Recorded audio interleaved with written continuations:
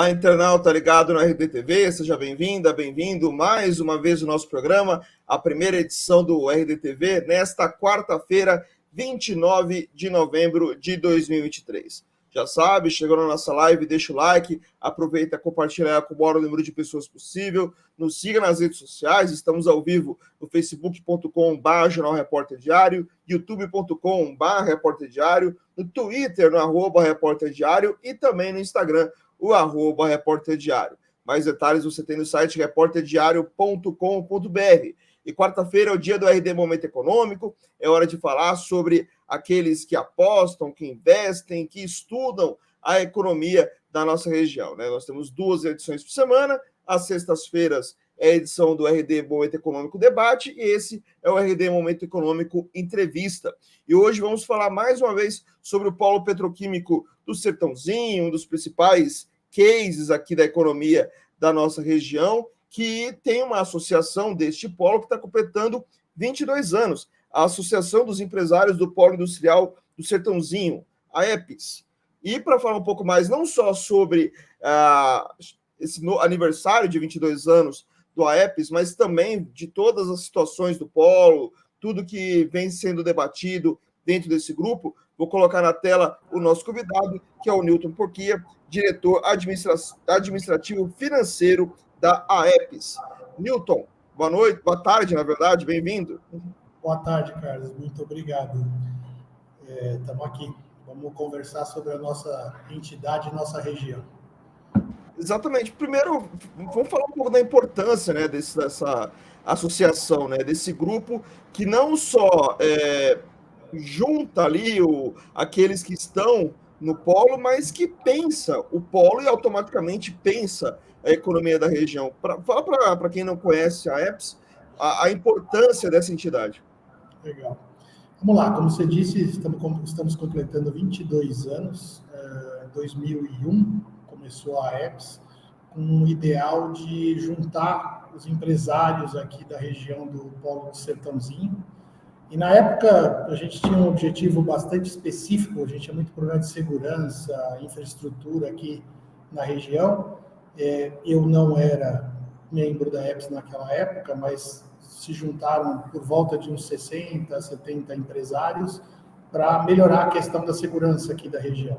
E o foco era esse, até a ideia inicial era ter um posto de guarda aqui, foi feito um levantamento, foi feita uma cotização. Só que nessa questão da segurança, acabamos trazendo várias outras questões. E desde aquela época, os empresários vêm conversando, tentando se unir, mas nunca foi uma coisa muito efetiva. Então, o que eu posso dizer para você é que, assim, a partir de 2016, a EPS começou um trabalho realmente institucional representando os empresários. Na época, o nosso presidente era o Fausto Sestari. Ele me convidou para participar e eu prontamente vim ajudar. E a gente vem galgando aí essa questão de representatividade desde aquela época. Mas o foco, basicamente, é trazer as empresas, juntar, entender os problemas coletivos e conseguir levar essas demandas para o poder público. E aquelas demandas que você, na sua chegada, quando você verificou, algumas delas chegaram a avançar ali de início, ou vocês, mesmo com a união de todas as empresas, tiveram dificuldade? Porque eu sei que muita coisa ter que lidar diretamente com o poder público, né? Ou com outras empresas concessionárias e tudo mais. Foi tudo muito rápido ou realmente teve um processo de negociação grande aí para conseguir alguns objetivos? Vamos lá, Carlos. Esse processo até hoje, né? Lá em 2016 a gente fez um levantamento. A gente já vinha com um problema que se arrasta desde 2011 a respeito do esgoto aqui da nossa região. O polo do Sertãozinho é um lugar onde o esgoto a gente não tem uma infraestrutura de esgoto. A gente tem um ramal principal aqui na Avenida Papa João 23, mas todas as ruas em volta, do entorno, todo esse desmembramento do polo, ele não tem a coleta de esgoto. E lá atrás, lá em 2011, começamos um processo junto com o pessoal do Ciesp, que ajudou bastante a gente. Pra você ter uma noção, está rolando até hoje esse processo, né? Até hoje a gente não tem esgoto aqui na região. Mas lá em 2016, quando a gente conseguiu juntar ou reagrupar as empresas, nós éramos em 28 empresas. Agora eu pedi para o pessoal fazer um levantamento, a gente está com 67 empresas associadas. Para ter uma ideia da representatividade, são 5 mil empregos diretos aqui na região. E a gente ainda tem pelo menos mais umas 80 empresas que não são associadas a gente, que a gente fica batalhando para trazer elas para perto. A gente considera que tem por volta de 25 mil empregos aqui na região do Sertãozinho. Estou falando só a área do Sertãozinho, tá?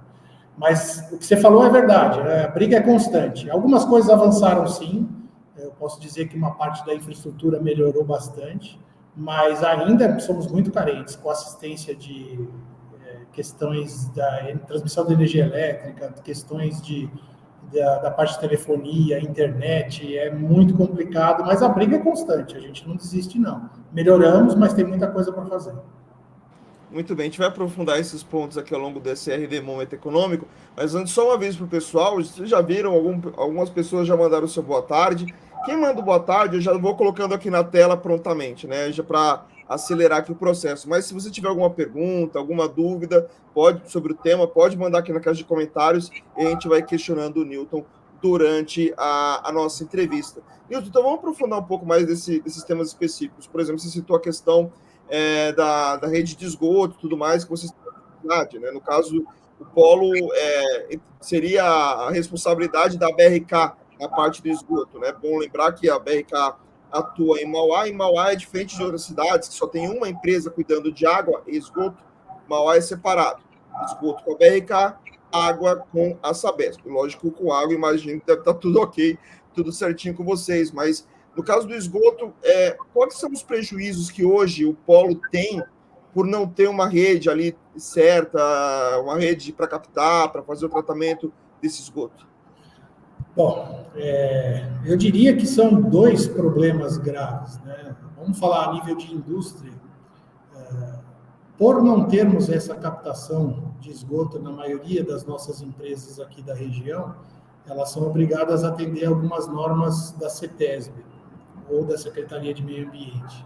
E essas normas são bastante rígidas, né, a nível de coleta com fossa cética, sumidouro. Isso é um gasto bastante grande para as empresas, principalmente as pequenas, que tem que ter um gasto muito grande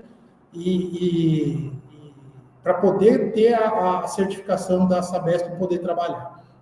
Nesse processo todo, uma das conquistas da EPS junto com o Ciesp foi a gente conseguir vamos dizer assim, uma liberdade que a CETESB deu para algumas empresas de poder atender parcialmente a legislação enquanto não saísse essa resolução sobre o esgoto aí da Prefeitura de Mauá. E lembrando, você falou muito bem, aqui a concessão do esgoto é da BRK, e o problema maior é que a responsabilidade da coleta, independente de ter a BRK ou não, é da Prefeitura. Né? Legalmente, a Prefeitura é obrigada a coletar esgoto. Isso tem uma resolução, foi feita federal, depois estadual, com prazo para isso ser cumprido. Então, o que acontece, e aí esse é o nosso trabalho, né? Que a briga a BRK fala que essa região onde a gente está não está licitada pela Prefeitura, então eles não podem fazer nada, só que a responsabilidade é da Prefeitura. Então, assim, é uma questão legal que, aparentemente, eu diria que deve estar nos finalmente, porque agora a gente teve algumas resoluções junto ao Poder Judiciário de intimar a Prefeitura mesmo de ter uma resolução final aqui para a região.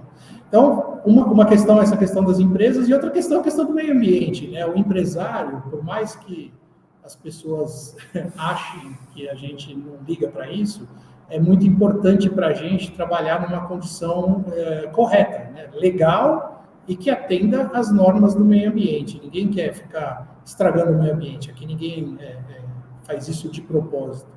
Então, assim, a gente tem a questão da legislação, quer dizer, a gente acaba, de alguma forma, não atendendo a legislação corretamente, e a segunda parte é a questão do meio ambiente, que é muito importante.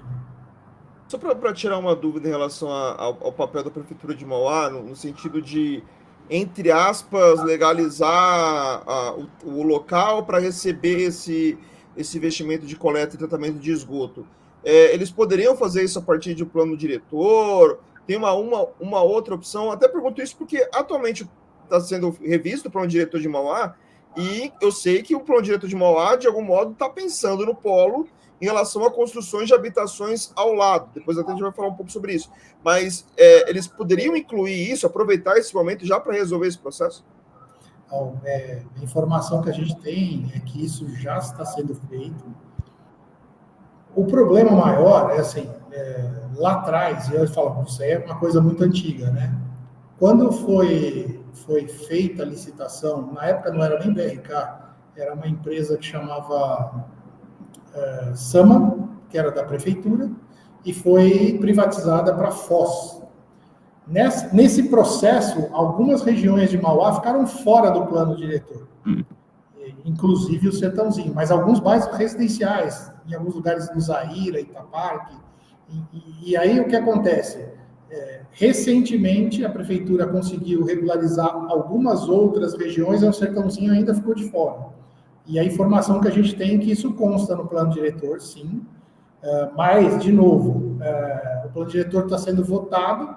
Depois que o plano diretor for aprovado, ainda tem questão de licitar o esgoto dessa região, porque aí é uma briga da licitação da prefeitura, porque a BRK diz para a gente que eles têm o direito de explorar o esgoto na cidade de Mauá, mas eles não estão licitados para a nossa região. Então, a nossa dúvida vai ter outra licitação? Vão abrir só para a BRK?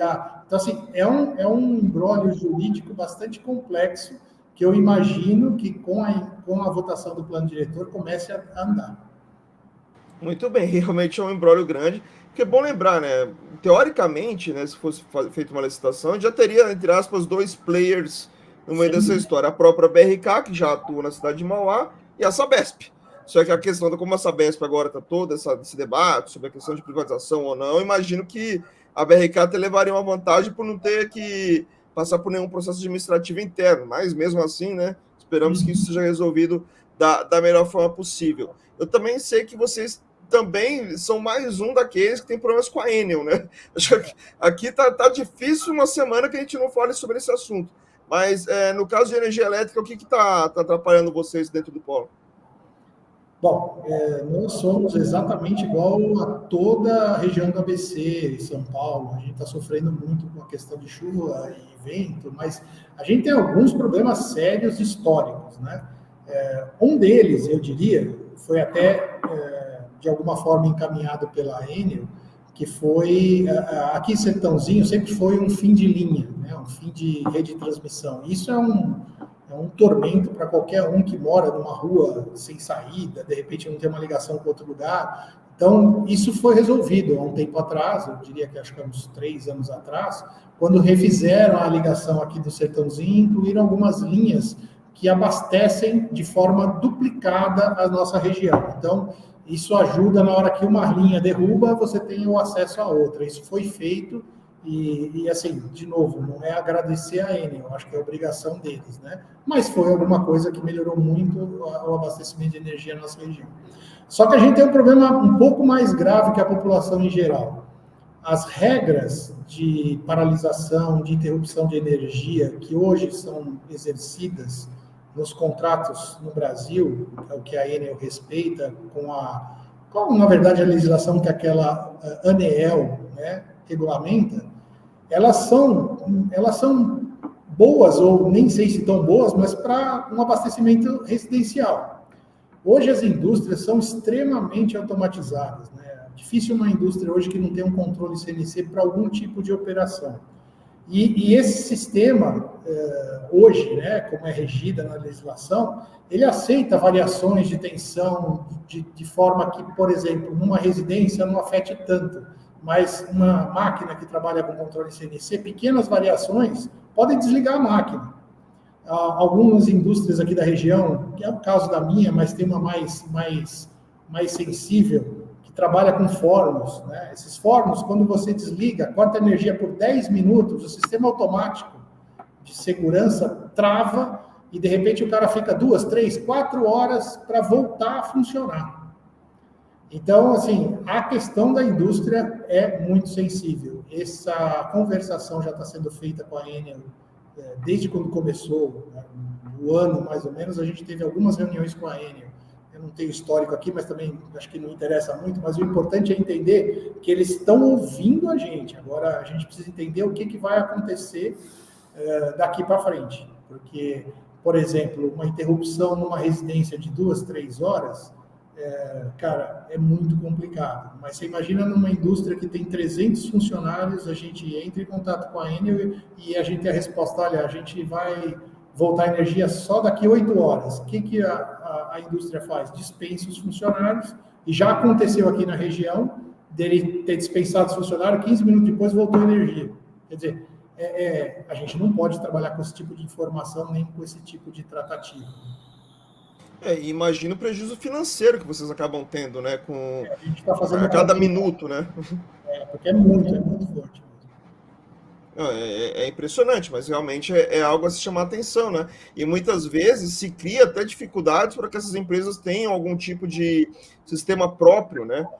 Para que haja ali um plano B enquanto há uma manutenção e tudo mais. É o que a gente pensa logicamente para todo mundo, mas que acabou não acontecendo, né? E aí vira e mexe, tem essas reclamações, né? Então é sempre muito perigoso, né? Acho que é mais um alerta dentro do que a gente está vendo hoje da Enel, né? A gente está focando muito nas residências, prédios públicos, mas as indústrias também acabam tendo um sofrimento e, lógico, perdem dinheiro com todo esse processo, né?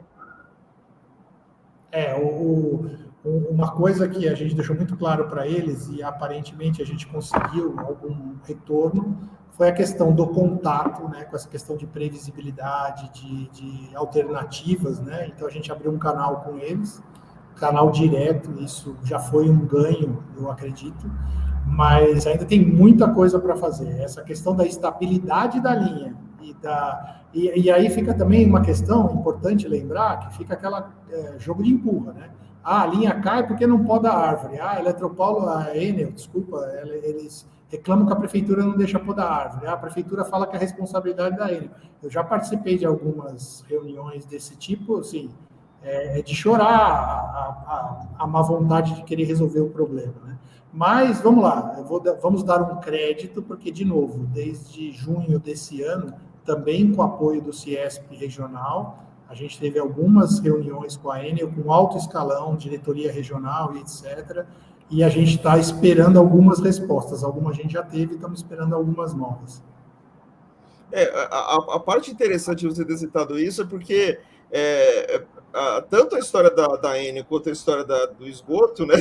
Parece que é a mesma coisa, né? Um empurrando para o outro empurrando para um, vocês tentando contato e resolver essa história, e até agora é nada, né? Parece que tá todo mundo batendo bola, mas ninguém está se entendendo nesse time, né?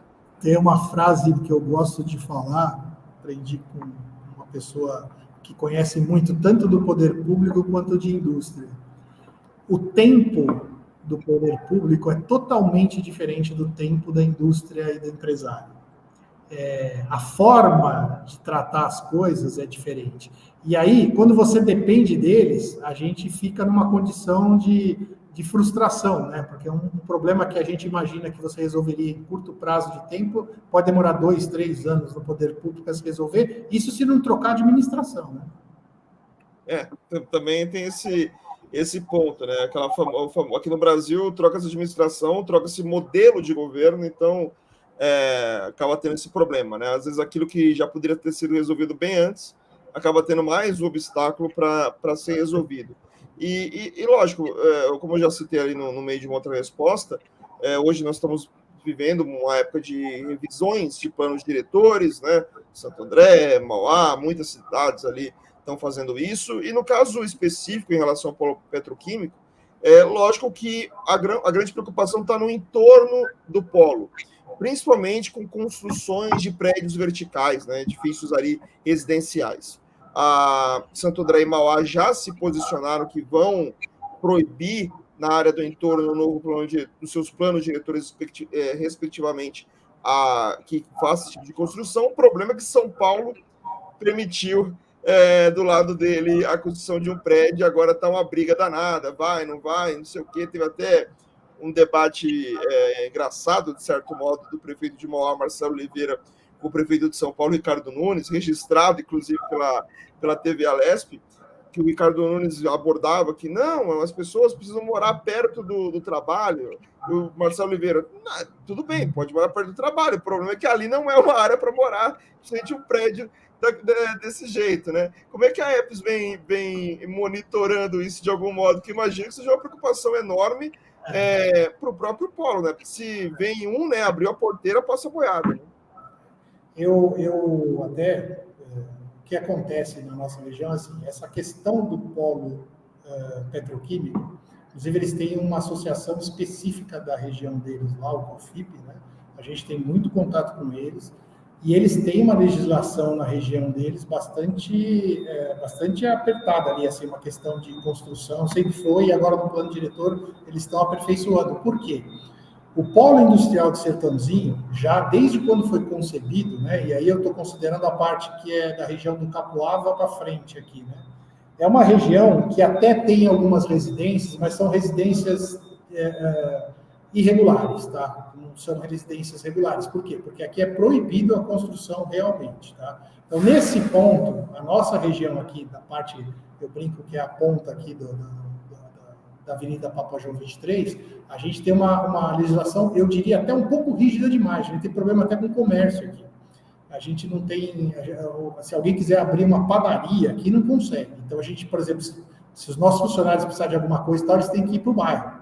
Então, num ponto é muito bom, porque isso restringe realmente a questão da ocupação e evita aquela questão famosa, né? Eu tenho alguns amigos que tinham empresas em São Bernardo, por exemplo, que empresas que estavam lá há 50 anos e construíram um prédio do lado deles. Eles tiveram que mudar, eles foram obrigados a mudar no imóvel deles. Quer dizer, é uma condição complicada, né?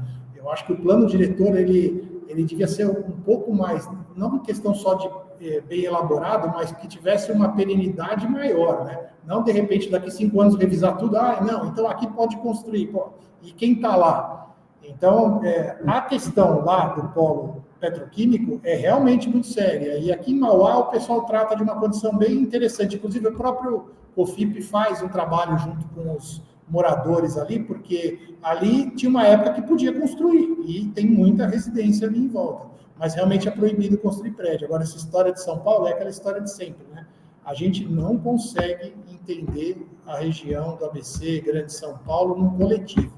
A gente tem hoje o consórcio, né? E a gente, às vezes, não dá tanto valor, porque, assim, as cidades são cidades contínuas, né? Elas não são cidades isoladas. Então, todas essas resoluções têm que ser feitas em conjunto.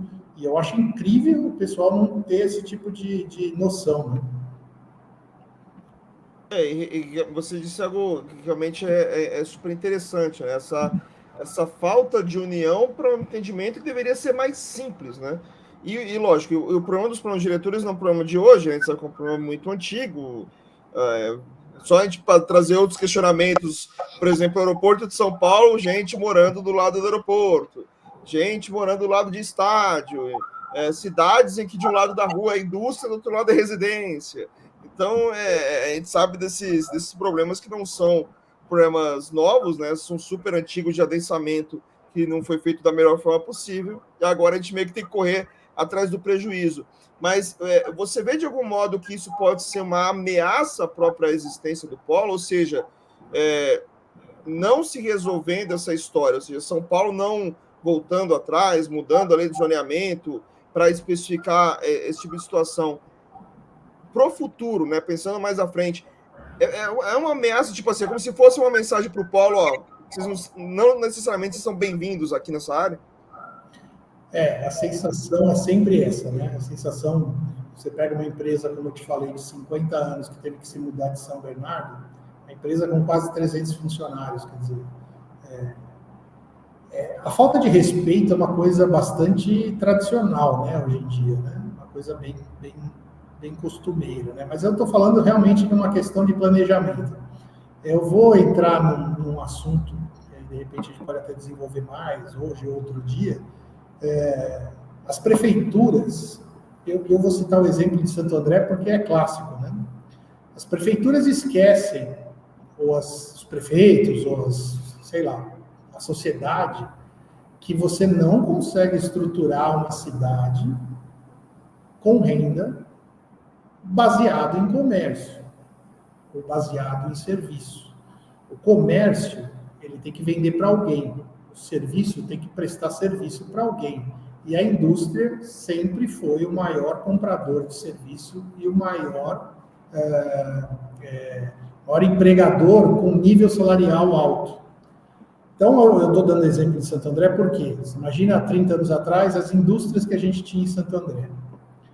Sistematicamente, por N motivos, inclusive essa questão imobiliária que você citou, as indústrias foram se mudando. Né? Então, a gente imagina lá na Avenida do Estado, a gente tinha Ródia, tinha Otis, tinha Moinha São Jorge, tinha várias outras, e aí você tinha toda a estrutura das empresas que forneciam para essas indústrias, numa área industrial, e aí volto eu a perguntar, como era o poder aquisitivo há 30, 40 anos atrás em Santo André? Hoje até algumas empresas de serviço que nem a TIM foram embora de Santo André. Por quê? Porque o aluguel é caro, porque... Não, a verdade é o seguinte, a indústria é a base de uma estrutura comercial, uma estrutura de negócios de uma cidade. E Mauá tem esse diamante na mão. A gente não tem outra região, na região do ABC, que tenha tantos metros quadrados disponíveis para a indústria. Então, se começar a invadir, ou vamos lá, se começar a flexibilizar essa questão, é óbvio que o metro quadrado de um galpão é muito mais barato que o metro quadrado do que um apartamento. E aí, a hora que isso deslanchar, aí eu vou dizer para você, acabou a questão da economia da cidade de Mauá. Você imagina a gente sem petroquímica, sem uma AkzoNobel, sem algumas empresas aqui da região que estão aqui há muitos anos, até associados nossos que estão no Sertãozinho há 40 anos, empregam 300, 400 funcionários diretos. Então, assim, a gente tem que realmente pensar nessa condição. A pressão que a gente faz quando a gente participa de plano diretor é grande, mas, de novo, a questão da especulação imobiliária aqui no ABC é uma coisa de se preocupar. Muito bem, e é bom lembrar, né, pessoal, tudo isso que a gente está falando aqui, que o Newton relatou muito bem, já está sendo tratado há um bom tempo, até pela Agência de Desenvolvimento Econômico, que vem insistindo nessa questão da indústria, que a gente precisa retomar, mas para retomar precisa ter uma organização, para se evitar problemas. Não é que a gente não queira que as pessoas venham morar no ABC, mas que venha de maneira organizada, em locais específicos, certinhos. Opa, vai morar aqui, a indústria ficar daquele outro lado, beleza, bacana, vamos construir aqui todas as medidas de mobilidade e tudo mais, para todo mundo viver bem, e tudo vai dar certo. Mas realmente a gente está vivendo um momento que a indústria cada vez mais caindo, serviços e comércio cada vez mais subindo. E aí, lógico, é uma mudança muito radical para uma região que cresceu, ficou famosa no Brasil inteiro, literalmente por causa da indústria, né? Não foi por causa de um outro setor, nada contra os demais setores, quanto mais setores melhor, mas é só para o pessoal entender esse fator histórico. E lógico, dentro desse debate, imagino que entra também, de certo modo, a questão nacional de ter esse incentivo à indústria garantida, né? Ter a indústria também tendo protagonismo no Brasil, também diante do poder público federal. Hoje, como é que você vê essa situação? Porque é um debate realmente muito grande, né?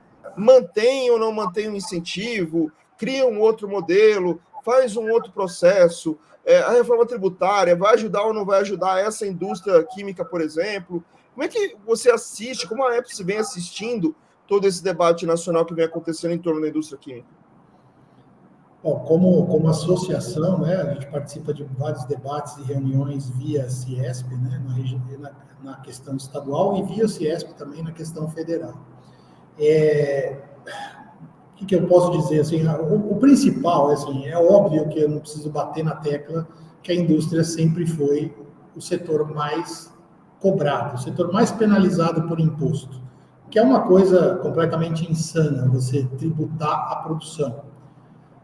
Mas pelo histórico, pela facilidade de tributar empresa grande, setores que têm um potencial de venda muito grande, o governo sempre optou por tributar a indústria, porque é muito mais fácil tributar a indústria.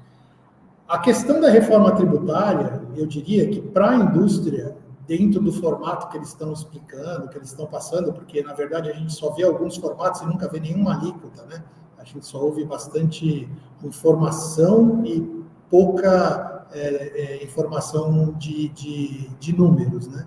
Mas, pela informação geral, é óbvio que isso vai ajudar a indústria num determinado ponto. Não adianta a gente minimizar ou diminuir a questão do imposto da indústria e, de repente, você jogar tudo isso nas costas de uma empresa de serviço, por exemplo. A indústria toma serviço, e muito. Hoje a indústria, poucas indústrias têm serviços do tipo segurança, limpeza, saúde. Muita coisa é terceirizada. Então, o que acontece? A hora que você fala assim, tá bom, vamos tirar um pouco do imposto da indústria e vamos distribuir. Justo. Entendo que seja justo. Mas, a hora que você sobrecarrega essas empresas de serviço, o que vai acontecer? Vai voltar para a indústria, vai penalizar a indústria do mesmo jeito. O Brasil, na minha opinião, e até de algumas pessoas que a gente conversa, ele precisa parar e entender que toda vez que a gente conseguiu, de alguma forma, reduzir imposto, a gente conseguiu aumentar a venda. É uma equação simples de entender. Toda vez que você consegue diminuir o preço, a possibilidade de vender mais é maior. E quando você vende mais, você arrecada mais. Então, assim, a estrutura nossa de tributação, ela é totalmente caótica, eu não tenho como discordar dessa questão, precisa haver uma reforma, e também é outra questão que não tem como discordar. Agora, não adianta ficar inventando imposto novo, diminuindo aqui, aumentando lá, e quando você começa a fazer a conta, o número fica até maior. Então, assim, de novo, para a indústria, pensando como indústria, a novo sistema de tributação é uma coisa bastante interessante. Diminui a taxação na produção, o que diminui também a cascata dos impostos, o que é uma coisa muito boa. Mas não adianta descarregar isso em outros setores da forma de querer compensar e fazer a conta lá por cima. O Brasil precisa parar, precisa entender que a nossa carga tributária é muito alta e começar a entender aonde que a gente pode diminuir essa carga tributária para ter um retorno realmente do aumento da atividade econômica. E acho que principalmente levando em conta a proteção da indústria nacional, né? Porque hoje a concorrência de produtos que vem de fora é muito maior, só que pelo menos a lógica de imposto para os produtos importados hoje é bem diferente dos produtos nacionais, né? Você paga muito mais barato por qualquer produto vindo da China, da Europa, dos Estados Unidos, do que os produtos internos, né? E também é um prejuízo grande para a indústria, né? Carlos, isso é o foco do que eu estava falando. O produto deles, mesmo quando você agrega o imposto de importação, o produto deles é barato porque o custo de produção deles é barato. E isso no Brasil não é uma realidade. O nosso custo de produção por N motivos. Eu falei do imposto, o imposto é um motivo. A gente ainda tem a questão do absurdo que se cobra em cima da mão de obra, quer dizer, um trabalhador hoje que ganha R$2.000 custa 2.000 mais 2.500 para a empresa. Quer dizer, se você desse 3.500 para ele, imagina quanto isso ia refletir no consumo. Entendeu? São vários problemas. Então, se a gente conseguir, de alguma forma, entender que a indústria tem que ter uma tributação justa, mais baixa, para o custo de produção ficar baixo, você vai começar a competir com o que vem de fora. Porque não dá para entender como é que um carro, e aí vamos dar um exemplo do carro, por mais barato que seja a mão de obra, por melhor que seja na China, você tem que atravessar meio mundo para trazer esse carro aqui. Isso tem um custo, né? E a gente chega com o carro aqui, se não tributasse imposto de importação e CMPI, o carro ia custar 1/3. Então, assim, é muita desproporcionalidade, né? Não tem razão. Enfim, de novo, reforma tributária precisa ser feita, mas tem que ser pensada. Não dá para fazer chutando aí. Parece que o pessoal tem um manualzinho e fala, vamos tentar desse jeito, não é certo, a gente volta. Não, é incrível, realmente é complicado. Realmente. Eu sempre brinco aqui nos RDs no momento econômico, né? Quando a gente fala sobre a reforma tributária, que eu brinco assim, Quem conseguir achar uma reforma boa vai ganhar o Nobel de Economia, porque vai conseguir um verdadeiro milagre. Acho que esse é o grande ponto, né? Não digo que agradar todo mundo, mas como fazer algo que seja realmente equilibrado e que crie essas consequências, ou seja, melhore o custo de produção, que vai melhorar o preço dos produtos, que vai melhorar o salário dos trabalhadores, e que, por consequência, melhora o consumo no comércio, no serviço, tudo mais. É uma série de consequências que a gente precisa realmente pensar, né? Eu acho que no Brasil é mais pressa em tentar fazer alguma coisa do que exatamente querer fazer algo que realmente vá dar certo, né? Mas a gente vai aguardar aí as cenas dos próximos capítulos em relação à reforma tributária. Dizem que vai ser votada ainda esse ano na Câmara, né? Que só falta a Câmara pegar o texto do Senado para ver se aprova ou não. Vamos ver o que vai dar. Conversamos com o Newton Porquia, diretor administrativo financeiro da EPS, Associação dos Empresários do Polo Industrial do Sertãozinho, falando um pouco mais sobre o Polo, que está completando 22 anos, e, claro, falando desses assuntos principais, os locais e os assuntos mais gerais em torno da indústria química. Newton, muito obrigado por ter atendido novamente o Repórter Diário. Um grande abraço e até a próxima. Carlos, muito obrigado pela oportunidade. Estou sempre disponível aos empresários que virem esse nosso bate-papo aqui. Se quiser visitar a nossa associação, só entrar na eps.com.br. O recado que eu queria deixar assim, finalmente, a gente precisa entender que a gente não consegue fazer nada sozinho. Muitas pessoas do mesmo setor, que às vezes a gente acredita ser concorrentes da gente, todos passam por problemas. Quando a gente consegue sentar numa mesa e conversar a respeito dos problemas, entender o que cada um já passou, facilita a vida de todo mundo. E esse o nosso objetivo, é trazer todo mundo para a mesa, ver quais são as dificuldades do empresário, das empresas aqui da região, e a gente ir atrás dessas demandas para melhorar o conjunto do polo. Hoje o foco nosso é o conjunto. A gente não está preocupado com uma empresa maior ou uma menor. A gente tem associado com 2 empregados e a gente tem associado com 600 empregados. Então, assim, o foco realmente é se juntar para a gente conseguir alguma coisa a mais que sozinho a gente não consegue. Exatamente, que tudo dê certo. Abraço, Newton, até a próxima. Obrigado, boa tarde. Valeu, obrigado. Muito bem, pessoal. Tá aí o pessoal da EPS falando conosco, né? Mais uma vez, a indústria química sendo pauta aqui no RD Momento Econômico, como já foi pauta diversas vezes, vai continuar sendo pauta aqui, e lógico, espera em algum momento trazer mais notícias boas do que esses debates, né? Que tudo seja resolvido prontamente por todos aqueles que estão envolvidos. Perdeu alguma parte da nossa live? F5 no computador, atualiza no seu celular, no facebook.com/Jornal Repórter Diário, youtube.com/, Twitter, Instagram, @Repórter Diário. Essas 4 plataformas, a live estará na íntegra, sem cortes, para você ver e rever quantas vezes você quiser. Aproveita e nos siga também por elas. Também nos siga também no threads, @Repórter Diário. E, claro, mais detalhes no repórterdiario.com.br. O RD Momento Econômico volta na semana que vem. Porém, tem mais RD TV hoje para vocês. Um grande abraço a todos, uma ótima tarde e até o próximo programa. Conquiste novas oportunidades. Faça sua graduação na Fundação Santo André. Cursos nas áreas de Engenharia e Arquitetura, Direito, Gestão e Negócios, Tecnologia, Psicologia, Ciências Naturais e Educação. Novo curso de Ciência de Dados e Publicidade e Propaganda. Inscreva-se no vestibular da Fundação Santo André.